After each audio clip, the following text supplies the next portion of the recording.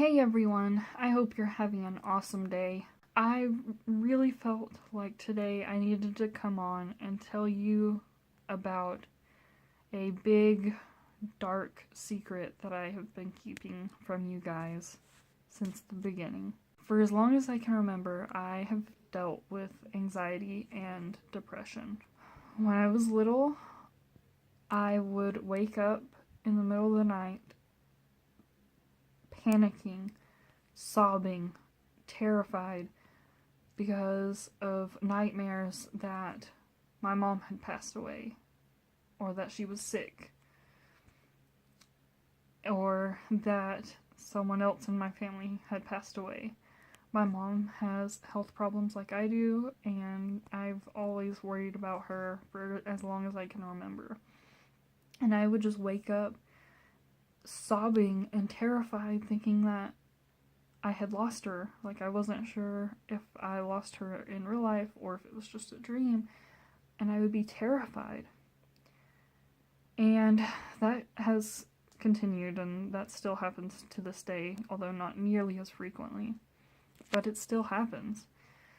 And in middle school, I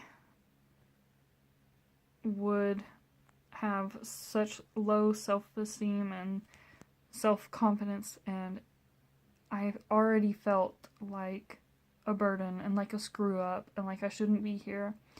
And so anytime I did something wrong, I would just slap myself in the face over and over and over, and much harder than I was doing it just now, and usually with both hands, but I'm holding the phone.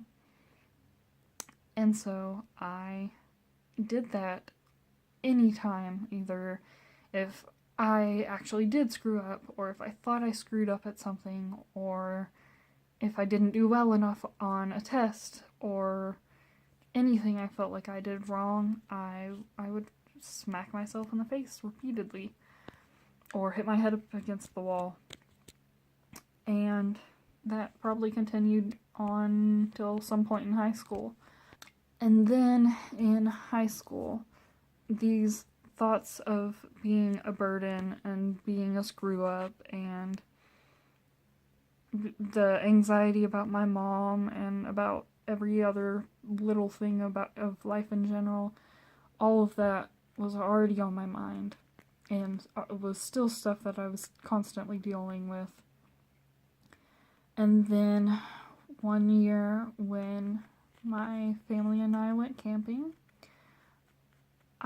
we all went to sleep, and at one point I woke up because someone was touching me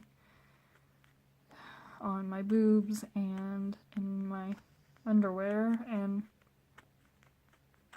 I was terrified. And that, while I really have forgiven the person for what they have done, it has caused such major issues with my life, even to this day. While I'm fortunate enough that it was only a one-time incident, and it wasn't anything worse than just inappropriate touching, it reaffirmed my belief of just being, like, not having a reason for being here, and it just made me feel like if I had a reason, my reason was to let people walk all over me and do whatever they wanted with me, and for me to just lie there, literally, and accept it. And so,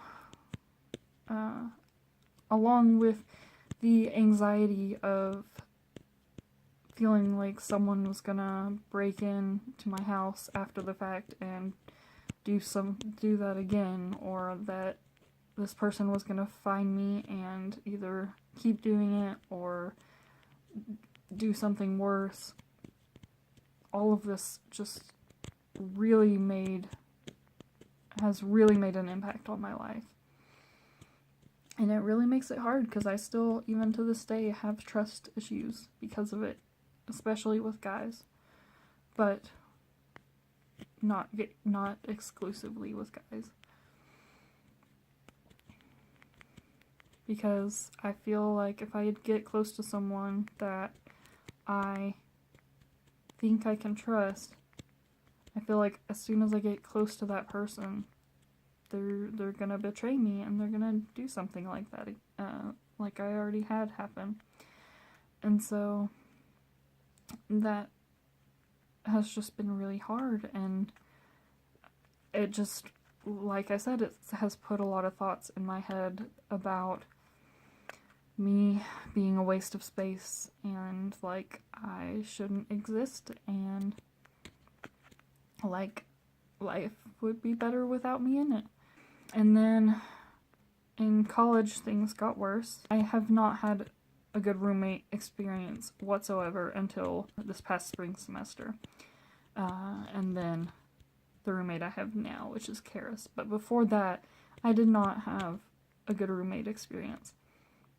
My roommate freshman year was never there, and the girls on my floor all hated me. I was going through a hard time, and I guess I expressed those feelings too much, and so I was basically shunned. And they would have meetings about me and talk about me behind my back and not invite me to stuff because they didn't want me around. And so it just made me, again, reaffirmed all of those beliefs about being a burden and being a screw up and being unwanted and so many other things that have been going through my mind for as long as I can remember. And then sophomore year wasn't very pleasant either, but in terms of my depression, it was just more so that I was alone a lot, and so that was really hard because I didn't feel like I had many friends. But junior year is when things really spiraled out of control. I had roommates that very openly and obviously did not like me, and they made it very clear that they didn't like me, and we just had a lot of issues, and I spent a lot of time in my room trying to avoid them and trying not to piss them off about something. And so that was another bad social experience that just added on to the other past experiences and reconfirmed those beliefs that I've talked about. And then things eventually blew up massively, and I was afraid for my safety and Glenna's safety, and I can go into a longer video about that and about bad roommate experiences in general if y'all are interested. But it eventually blew up and I had to move, and I was terrified because I had never had a good roommate experience, and I just thought that I was gonna screw up another experience. Like, these people that I'm moving in with, they have their life all nice and how they want it, and their place is how they want it, and here I come and I just seem to piss everyone off that I meet, and so I'm like, how long is it gonna be before they hate me too? And so I was terrified, and I was very fortunate that they were my first good roommates, and they helped me through a lot, but they weren't around for very long because it was only half a semester. But this summer was actually really great. I met Laura, and she truly pulled me up from probably what was my darkest place. My depression was really bad because of the roommate stuff, because of all the roommate drama. I was spiraling downhill very, very, very rapidly, and I would have like meltdowns for no reason at all, and I considered suicide many times. Didn't ever go through with it or attempt it because of my religion, but I did consider it quite a few times, and Laura pulled me out of that. I was feeling like I was never gonna have a good relationship outside of my family, because I felt like my family was only nice to me because it was their job and not because they wanted to. So I felt like I just wasn't gonna have any good relationship other than that. Like, I figured every other relationship I was just gonna screw up. And that's how I felt for a long time with Laura, but she brought me out of that and brought me past that and showed me that I am not a complete screw up and that I can be loved, and just that I do have a purpose. And so I will honestly and just openly say that I think that she is the reason I'm so much better now than I was probably even this time last year. And so going into this semester, I wasn't worried about roommates because I already knew I was going to be living with Karis, and she has literally been a lifesaver. I'm still in a very dark place. I would be lying if I said that I wasn't in a dark place. I still self-harm, but nothing as serious as it could be. I basically just take my arm, and I can't really show you because I have one hand, but I just take my arm and dig my nails into my arm as hard as I can, and it provides release. And it, even though it's not healthy, it does help. But while I am still in a really dark time, Karis and her family in particular have truly been lifesavers. There have been so many times that I just didn't know how to go on or why I should even bother to go on. And they've just lifted me up, especially Karis. On my darkest days, she's been there with me and helped me through so much, and I am so thankful for that. She's been there with me on my good days where it's not too bad and I can, function and make it seem like I'm all good and everything. And she's been with me on the really, really bad days where I don't want to get out of bed and I just don't feel like there's a point to doing anything, or basically for a point in existing that day, where I just want to lay in bed and not do anything at all. She's been there through so much, and I'm so thankful for that. And I honestly don't know if I would be here if it wasn't for her and my faith in God. It's been a really, really long journey, and I have an incredibly long road ahead of me. But I am thankful for the support that I have through Karis and her family and my family, and from God, and I'm sure from you guys, because y'all always are so supportive. With all of that support, I hope that I can get through this and that things will be okay. And that's just the reason I came on here. It's because I want to let other people know that if you're going through something like this, it will be okay. It's not easy. I know, trust me, I know it's not easy. and it's a long battle.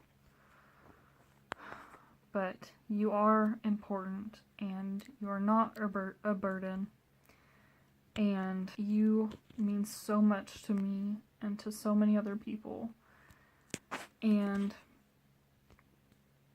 I just want you to know that, like, it'll be okay, but what's really important is to speak up.